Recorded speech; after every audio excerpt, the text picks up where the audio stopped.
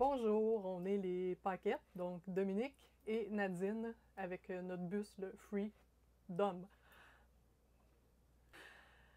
Donc, le projet est parti d'une inspiration de notre troisième garçon, David, qui a commencé le projet de vouloir se construire un schoolie, donc un autobus scolaire transformé pour vivre à l'intérieur. Puis, ça nous a fait réfléchir au mode de vie qu'on avait, puis à nos valeurs, remettre en perspective. Puis il y a la pandémie qui est arrivée à travers ça. Donc c'est à ce moment-là qu'on a vraiment mis sur papier et commencé à réfléchir vraiment à un projet pour pouvoir faire un autobus, pour pouvoir voyager, pouvoir être avec la famille, avoir moins d'attaches et vraiment profiter plus de la vie. Simplement. Donc, bienvenue dans notre cuisine. C'est la première chose qu'on voit en entrant à l'intérieur de l'autobus. Donc, c'est tout simplement des cabinets IKEA standards qu'on a choisi, placés pour combler nos besoins de rangement de cuisine. Donc, on a mis aussi un four au propane. Donc, comme on a 4 enfants, on aime cuisiner, on aime recevoir. Donc, c'est important pour nous d'avoir un four de cuisson standard, puis qu'on ait de la place aussi à mettre plusieurs choses. Donc, ça, c'était vraiment important. Puis, il y a aussi un grand lavabo pour pouvoir faire la vaisselle, pouvoir laisser les choses, qu'il n'y ait rien qui traîne. Puis, au niveau de la cuisine, on a décidé de placer vraiment la table à manger avec les bancs où les enfants vont être assis. Donc, on a mis une double fonctionnalité. Donc, on a dû acheter des nouveaux bancs parce que nous, on a besoin d'avoir les ceintures de sécurité. Donc, on a acheté ces bancs-là et puis on a placé la table au centre, ce qui a l'air de convenir. C'est sûr que les enfants ne sont pas avec nous pour le tester, mais c'est quand même confortable. Il y a de la place, puis ils peuvent brancher leurs choses électroniques, donc ça va bien. Donc, notre projet a évolué d'un schoolie, qui était l'idée de notre garçon, vers un autobus voyageur, parce que on voyait ce projet-là plus simple pour la transformation, étant donné qu'il y a plus d'espace de rangement en dessous de l'autobus pour mettre tout l'équipement qu'on voudrait traîner. Puis étant une famille de 6, on voulait aussi que chacun puisse avoir son espace, puis qu'il ne se sente pas envahi par les autres. Donc, tout ça a été aussi dans le design de pouvoir aménager l'autobus de façon à ce que qu'on puisse être tous ensemble, mais qu'on ait aussi chacun notre endroit de privé pour faire nos choses, être tranquille et pas se sentir envahi par les autres. Donc, on a commencé le projet de transformation sans trop savoir si on allait vivre dedans ou seulement l'utiliser l'été pour voyager ou où est-ce qu'on allait aller avec. Donc, on a tout simplement commencé la transformation. Puis récemment, on a entendu parler qu'il y avait un rassemblement d'autobus comme nous en Floride. Donc, on s'est dit que c'était peut-être l'opportunité de vraiment essayer notre autobus et de le tester.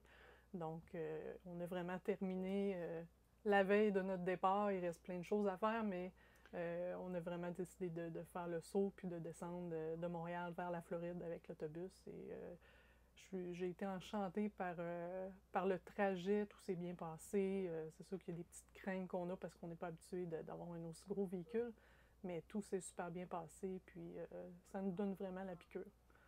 Ouais. Ça se conduit, malgré la taille, ça se conduit très bien. C'est stable sur la route. Ça a la puissance qu'il faut pour conduire malgré tout l'aménagement qu'on a fait à l'intérieur. Ça se conduit bien, malgré que j'ai jamais conduit de véhicule lourd avant. J'ai fait mes cours pour arriver à pouvoir le conduire et avoir les bonnes notions là, pour que ce soit sécuritaire. Donc, on a fait quoi, 2200 km environ pour venir ici sur 3 jours et heureusement, on traînait notre maison avec nous pour pouvoir dormir durant ces 3 jours-là et c'était un excellent bon départ pour nous. C'est la première expérience. On n'a jamais vécu ce style de vie communautaire avec les autres autour. Et je pense que c'est ça qui rend ça le plus spécial parce qu'on n'a jamais été du type à faire du camping ou à avoir un VR. C'est vraiment notre première expérience. Puis on est parti avec la grosse affaire, la grosse maison. Il faut savoir aussi qu'on est une famille de 6, donc on voulait, c'est ça, on voulait pas non plus se piler, toujours pris à se piler un sur l'autre, puis que ça amène des frictions. Nos enfants sont quand même grands, entre 14 et 21, donc on voulait qu'ils apprécient l'expérience aussi. Donc, pour aller avec le four, ça prenait le frigidaire aussi, grande dimension pour toute la nourriture pour la famille. Donc, on a opté pour un frigidaire avec un compresseur linéaire qui ne consomme pas beaucoup d'électricité, donc c'est parfait pour ce type de véhicule-là. Puis ici, on a des armoires pour mettre le micro-ondes et tout ce qui est la cafetière et toaster. Donc, c'est vraiment pas dans le chemin. On peut le serrer, puis on le voit plus. Donc, ça, c'est vraiment bien. Puis, on a vraiment beaucoup, beaucoup de rangements, là. On est étonné par la taille de tout le rangement qu'on a, puis de la place pour mettre tout ce qu'on a besoin.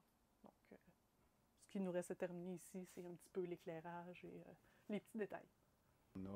Donc, la construction de l'autobus, elle a commencé quand on l'a acheté l'année passée au mois de mars. Donc, on a acheté l'autobus, on l'a eu au mois de mars 2022. Et on a commencé la construction quelques semaines après. Ben, la démolition, en fait, enlever tous les bancs, parce que c'était un autobus avec, qui était utilisé pour les voyages là, de passagers. Donc, on a enlevé tous les bancs et l'année précédente, on s'était documenté, on a fait nos recherches pour savoir qu'est-ce qu'on voulait comme division, comme fonctionnalité à l'intérieur de l'autobus. Et ça nous a occupé plusieurs mois avant la construction pour pouvoir se préparer d'avance et avoir une bonne idée de comment on va diviser le plancher. Puis on est allé old style où on a imprimé les meubles, imprimé tous les mobilier qu'on voulait mettre à l'intérieur de l'autobus pour pouvoir se faire une idée là, sur une vraie maquette et avoir une idée des tailles et où allait être le lavabo et toutes les choses à l'intérieur pour pouvoir que ce soit fonctionnel. Parce que malgré la taille, tu es quand même limité avec l'espace disponible là, dans l'autobus. Donc, on s'est rendu au plan 42, je pense. Ouais. Quand on a fini pour ce qu'on a présentement, là, ça a été vraiment plusieurs remises en question, tests, puis c'est bien qu'on l'ait fait sur papier avant de commencer la transformation parce qu'on l'a changé tellement souvent, puis je suis contente qu'on l'ait fait comme ça. Puis il y a une raison, puis c'est vraiment ça qui est bien pour notre famille. Puis il est un petit peu différent de pas mal toutes les autres, mais c'est le modèle qui nous ressemble, qui nous convient. Point très important là, quand on dessine les choses là, dans l'autobus, c'est de savoir où on va passer pour aller en bas. Parce qu'il y a un frein hein, dans ces petites bébites-là, puis on ne peut pas les couper. Là. Donc, il faut penser à où va être le bain, la toilette, les éléments principaux là, à l'intérieur de la structure pour pouvoir bien les positionner puis construire autour. Donc, c'était un des points principaux de ma tâche où j'ai dessiné l'autobus au complet à l'échelle pour pouvoir savoir exactement étaient où tous les parties de structure dans le plancher, puis placer les choses autour là, pour que ça fonctionne bien. Parce qu'il y a la partie de design, placer les meubles, mais je pense que le plus important, c'est de prévoir ce qui est en dessous aussi, là, en premier. Là, ouais. Savoir si ça va fonctionner et que ça va être bien fait. Là. Donc, suite à la cuisine, on a un petit mur qui sépare la chambre de 2 des enfants. Donc, on a acheté des lits superposés standards. C'est des lits Ikea. Donc, ils ont une taille d'un lit, un lit simple normal. Donc, on a mis un peu le passage de côté pour pouvoir faire de l'espace. Puis, j'ai fait aux enfants des rangements. Donc, on a un bureau où le linge va pouvoir être placé pour les enfants et des tablettes au bout du lit pour toutes les choses qui vont utiliser des livres ou n'importe quel appareil électronique. Je leur ai installé des prises dans les tablettes pour qu'ils puissent charger leur appareil électronique. Dans l'autobus, on a gardé toutes les fenêtres. On veut que l'extérieur ait l'air le plus possible d'un autobus voyageur. Donc, toutes les fenêtres ont été gardées. Seulement 2 ont été bloquées de l'intérieur. Donc, dans la chambre, il y a une fenêtre au complet qui peut s'ouvrir pour avoir un peu de fraîcheur au besoin. Puis, on a gardé à l'intérieur des fenêtres les stores qui étaient d'origine dans l'autobus. Donc, ils sont captifs à l'intérieur. Ils ne font pas de bruit quand on roule, puis ils peuvent se rétracter comme une toile à l'intérieur.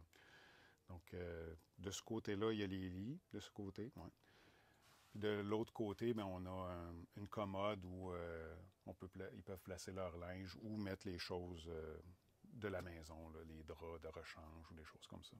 Puis on a placé une laveuse combo avec laveuse et sécheuse au besoin pour que j'y pense. Donc, notre premier voyage tire à sa fin. On va être sur notre départ pour le retour vers le froid.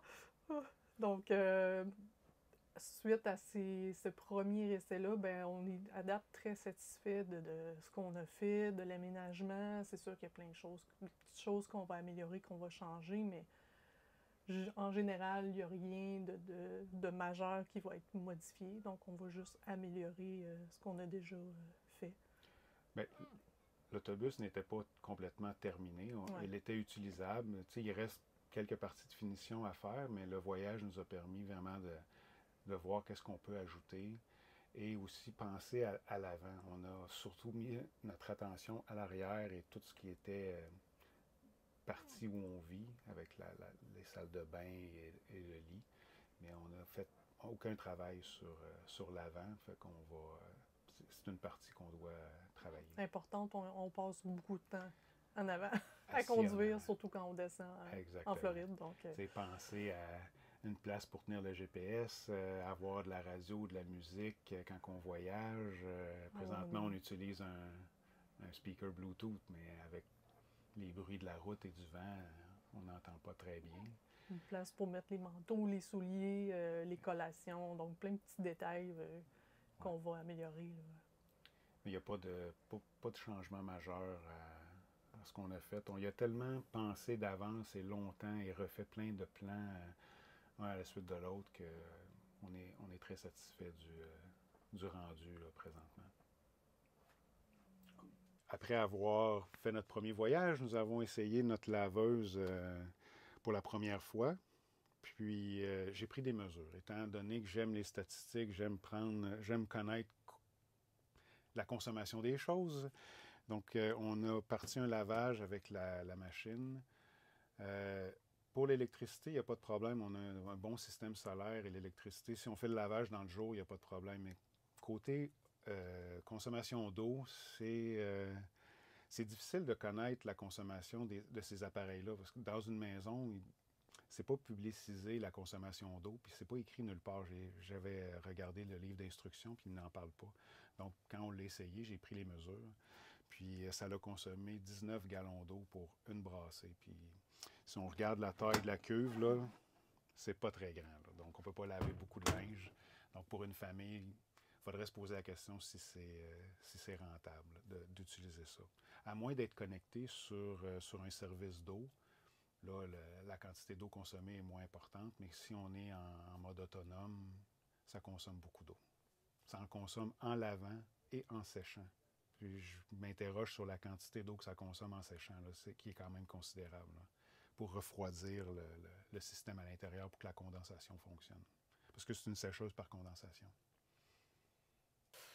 Donc, bienvenue dans notre espace salle de bain. Donc, encore là, avec les enfants, on voulait séparer le coin douche et le coin salle de bain pour que ça puisse être utilisé simultanément par les enfants et nous. Donc, on a mis la toilette et le lavabo d'un côté. On a même conservé l'affichage original qui était dans l'autobus comme souvenir. Donc, toilette de VR standard, mais en céramique, qui à date, on est impressionné très bien. Puis, c'est un meuble Ikea de l'autre côté, standard aussi. Donc, du rangement, ce qu'on a besoin. Puis, on a une fenêtre aussi qu'on peut ouvrir de ce côté-là pour faire de l'aération au besoin.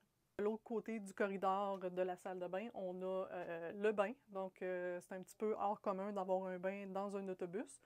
Mais nous, on trouvait que c'était plus simple d'installer un bain que de construire une douche avec la céramique. On avait peur des fuites d'eau, que ça coule. Donc, on a trouvé un bain qui était plus petit et on l'a juste installé dans l'espace. Et on a gardé aussi à l'arrière la fenêtre aussi qui peut s'ouvrir pour faire l'aération quand on est dans la douche. Puis on a installé un rail qui fait vraiment tout le tour, de la lumière. Donc, ça va vraiment très bien. On a un chauffe-eau instantané au propane en dessous, puis une pomme de douche qu'on peut mettre arrêtée au besoin, qu'on se lave pour économiser un petit peu d'eau, mais ça ne consomme pas beaucoup d'eau. Donc, ça aussi, c'est un espace qu'on avait des craintes par rapport à la douche, sur l'humidité, mais à date, ça va très, très bien. L'espace salon et chambre à coucher. Donc, on a divisé notre autobus un peu différemment des autres, comme on le disait précédemment, parce qu'on voulait avoir plusieurs pièces où on peut s'asseoir et être dans notre environnement. Donc, au lieu de mettre le salon et la cuisine ensemble, on les a séparés complètement. Donc, cette partie, la première section ici, c'est vraiment un salon avec un divan standard, mais c'est un lit aussi, un lit double. Donc, comme on a dit, on a 4 enfants. Vous avez vu 2 lits superposés, donc ça prend 2 autres places pour 2 autres personnes. Donc, ceci est la place pour nos 2 plus grands s'ils viennent en voyage avec nous. Donc, étant donné que nos enfants grandissent, on n'était pas sûr si tout le monde allait suivre tout le temps. Donc, on a prévu un espace qui a 2 fonctionnalités. Donc, c'est notre divan-lit. On n'a pas eu le temps d'installer un mur, mais normalement, il devrait y avoir un mur ici qui sépare les 2 pièces avec un passage de ce côté. Parce qu'on voulait bloquer la vue vers la chambre à coucher là, du devant. Parce que tout le reste de l'autobus est très sur un seul corridor, là, à travers la chambre de bain et la chambre des enfants. Quand on a acheté l'autobus, on voulait pouvoir s'en servir durant les 4 saisons. Donc, l'isolation était quelque chose, un point important dans notre conversion. Donc, la façon que l'autobus est construite, elle a déjà une isolation qui est très bien. Donc, il y a des panneaux d'uréthane dans tous les espaces entre la structure de l'autobus. Donc, il restait juste à isoler les montants à l'intérieur. Donc, on a rempli les montants d'isolation. Puis on a ajouté des bandes de bois sur chacun des montants pour créer un espace. Et on a engagé quelqu'un qui a appliqué de l'uréthane sur le plafond et sur le bas des murs pour être sûr vraiment tout scellé pour s'assurer qu'il n'y ait pas de fuite de circulation. Oui, donc tout est vraiment scellé avec l'uréthane. C'est pas une uréthane qu'on a installée nous-mêmes, on l'a fait installer pour être sûr que ce soit bien fait. Donc, étant donné ma grandeur, je voulais être sûr d'avoir assez de dégagement au-dessus de ma tête quand je marche dans l'autobus. Donc, le plancher, on n'a pas mis d'isolation sur le plancher. On a juste construit à partir du bois du plancher. Et j'ai mis un plancher chauffant électrique sur les espaces où on marche à travers les divisions de notre autobus. Donc, c'est un chauffage vraiment minime, juste pour que le plancher ne soit pas trop froid en hiver. Puis ici, dans le sud, on n'en a pas de besoin. Donc, pour notre chambre, on a opté pour un lit, une base de lit normale.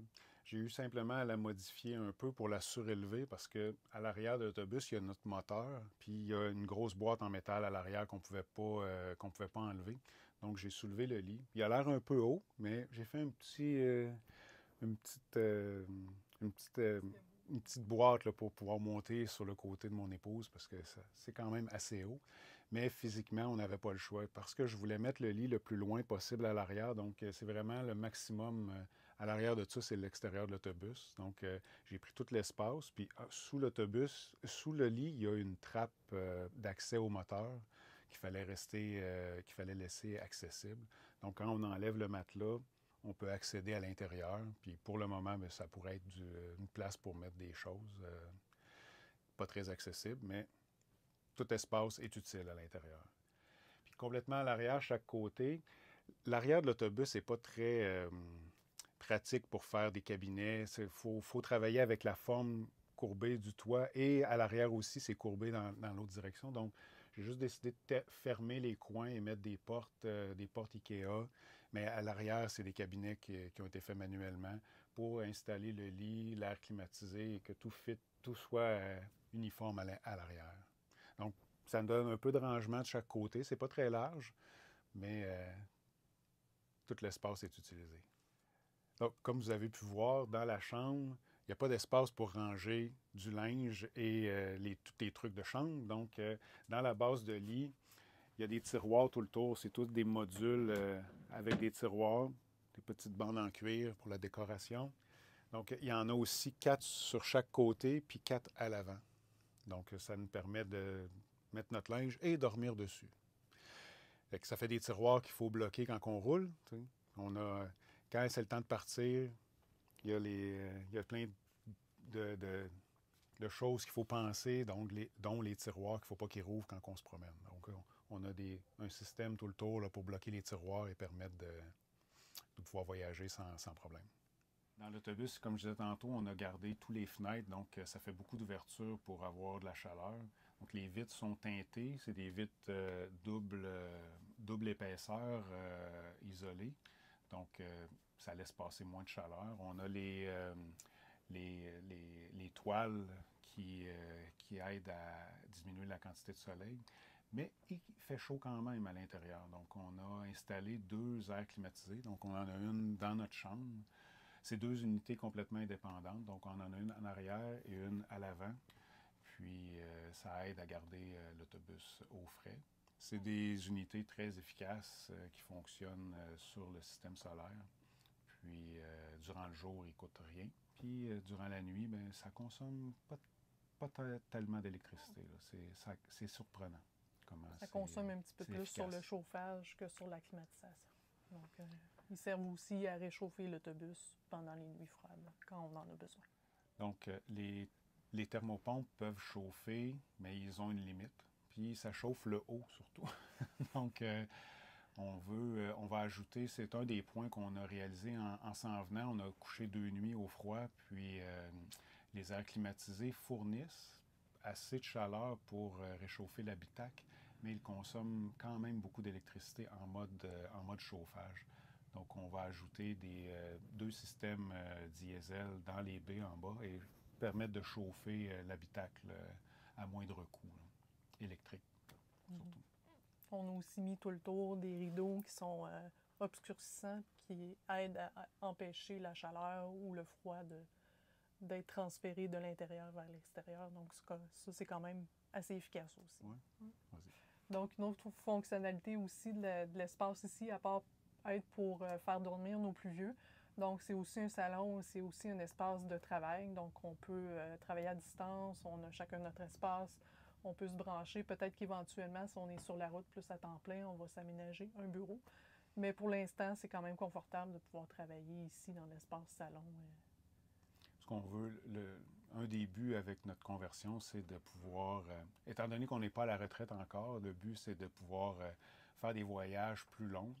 Donc, pas seulement sur des vacances, mais de pouvoir travailler à travers le voyage, puis pouvoir étendre nos voyages qui durent plus longtemps, plutôt que juste pendant les vacances prévues durant l'année. Donc, c'est l'espace qu'on va utiliser. Donc, c'est à partir d'ici qu'on pilote l'autobus.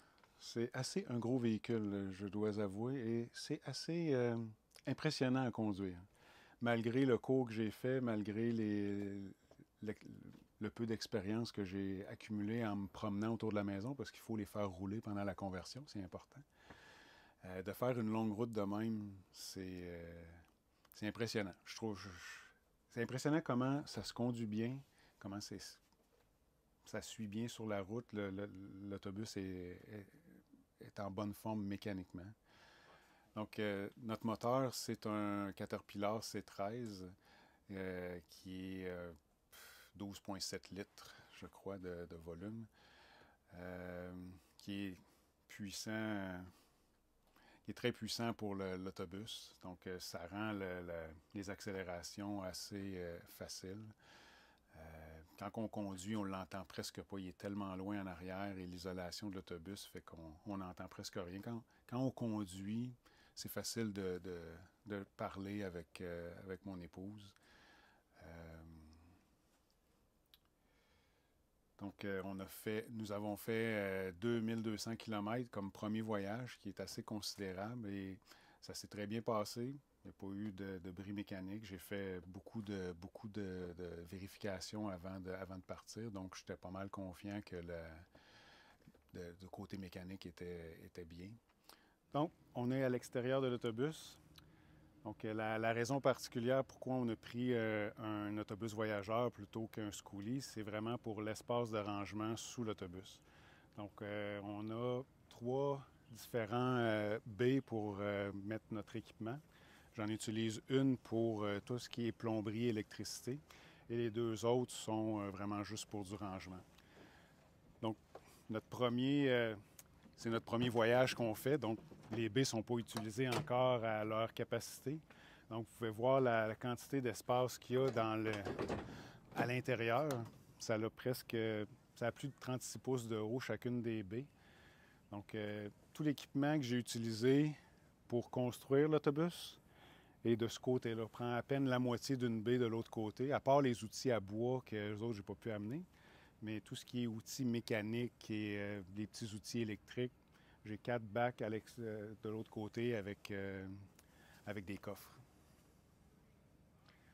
Donc, sous l'autobus, on a 3 baies de rangement. J'en ai consacré une pour tout ce qui est l'équipement électrique, la plomberie, les réservoirs pour l'eau grise et l'eau fraîche. On a décidé de mixer le noir, la tank noire et le réservoir gris ensemble. Question que ça soit plus simple à gérer pour les vider, en fait. Donc, c'est la baie la plus petite que j'ai prise pour faire ça. Donc, en ouvrant la porte, j'ai créé une autre porte à l'intérieur pour pouvoir installer les batteries. Donc, j'ai mis les batteries sur une porte qui me permet, quand je l'ouvre, ça donne plus d'espace sur les murs pour pouvoir travailler à l'intérieur et mettre plus d'équipement. Donc, mes 2 batteries, j'ai 2 batteries de 5000 watts chacune au lithium qui sont connectées sur mes 2 inverseurs de 3000 watts chaque qui sont synchronisés ensemble pour faire du 240 volts. Donc, quand la porte est ouverte, bien, ça me permet de pouvoir travailler sur l'équipement. Sur le toit, j'ai installé 10 panneaux solaires de 460 watts environ. Donc, j'ai 4600 watts de capacité. Il y a deux lignes indépendantes branchées chacun sur un inverseur, donc pour 2300 watts chaque côté. Les panneaux sont vraiment collés sur le toit avec un angle, donc il y a toujours, tout dépendant de l'alignement avec le soleil, il y a toujours un côté qui crée plus de puissance que l'autre. Donc, c'est la première fois que je peux les utiliser vraiment avec un soleil qui est haut, car je les ai installés au mois de novembre l'année passée au Québec, puis j'ai jamais réussi au Québec à faire plus de 600-700 watts environ avec l'angle du soleil à l'endroit où on habite. Et ici en Floride, mes batteries chargent en 2h30 environ au complet, puis je génère environ 3500 watts. C'est le maximum que j'ai vu pour le moment sur les panneaux solaires. C'est très efficace. Donc, à l'arrière de l'autobus, comme j'ai parlé précédemment, j'ai deux airs climatisés, donc ça prend un espace pour mettre le module extérieur, parce que c'est des airs climatisés de maison normale, donc il y a le module intérieur qui crée la circulation d'air à l'intérieur, mais le module extérieur, on doit les cacher quelque part. Donc, celui à l'arrière, je l'ai installé ici. Donc, dans le compartiment moteur, on a besoin de pouvoir accéder le moteur aux besoins. Donc, l'unité est sur une penture qui me permet de sortir l'unité à l'extérieur. Les tuyaux de réfrigérant sont connectés sur des tuyaux flexibles, donc ça me permet de le sortir et de pouvoir travailler sur le moteur aux besoins. Pour le moteur, je ne sais pas si on peut voir ici, là, j'ai été obligé de faire une genre de loupe sur les câbles pour pouvoir les ouvrir puis que ça ne crée pas trop de pression sur les tuyaux. Donc, tantôt, je vous ai dit que j'avais un moteur Caterpillar. Leur caractéristique, c'est qu'il est jaune. Tous les morceaux sont jaunes dessus. C'est passablement un gros moteur. C'est simple, mais c'est gros. C'est comme la mécanique d'une voiture, mais tout est lourd. Fait que si on a besoin de changer un alternateur, ça prend de l'aide. Si on a besoin de changer les freins, n'importe quoi, tout est lourd, tout est gros, mais c'est pas plus compliqué qu'une voiture. Je suis pas un expert, j'ai appris à travers des vidéos YouTube, mais de moi-même, je suis capable de l'entretenir, de le garder en santé, puis prévenir les accidents au besoin. Pas les accidents, mais les problèmes sur la route. Tout à l'heure, je vous ai parlé que mon lit était haut dans la chambre. C'est lui qui crée que c'est haut. Le filtre à air est sur le dessus du moteur, puis il crée une boîte à l'intérieur, puis j'ai dû travailler avec pour mon lit. Donc, c'est pour ça que le lit est assez haut. C'est pas mal ça. De l'autre côté de l'autobus, du côté chauffeur, on a l'espace qui était réservé à la climatisation originale du véhicule. Donc, j'ai enlevé tout le matériel qui était là, puis j'ai installé le deuxième unité pour le devant.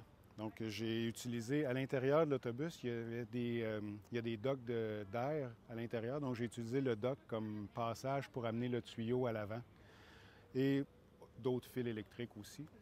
Donc, l'unité ici passe dans le plancher jusqu'en avant. Donc, pour le réservoir de propane, je l'ai fait en bois, mais il est complètement scellé de l'extérieur. J'ai installé des latches dessus pour pouvoir serrer la porte en haut et en bas. Puis, j'ai fait des trous au plancher à l'arrière. Donc, il y a deux trous. J'en ai un qui est complètement au sol et un autre qui est complètement en haut. Donc, s'il y a du gaz, il y a un gaz qui s'échappe dedans, bien, il va sortir par le... Vu que c'est plus pesant, il va sortir par celui en bas, puis il y a de la nouvelle air qui va rentrer en haut. Donc, il y a une circulation qui est faite. Les réservoirs sont sur un chariot. Comme ça, je suis capable de les dévisser pour pouvoir les remplir. J'ai installé un régulateur qui permet de sélectionner la tank à utiliser, puis un auto-changement dessus pour pouvoir changer la tank vide vers une tank pleine. L'installation de propane a été faite par un entrepreneur en propane, donc c'est lui qui m'a conseillé pour la ventilation, pour quel équipement acheter, puis il est venu me faire les branchements pour le chauffe-eau instantané et notre four à l'intérieur.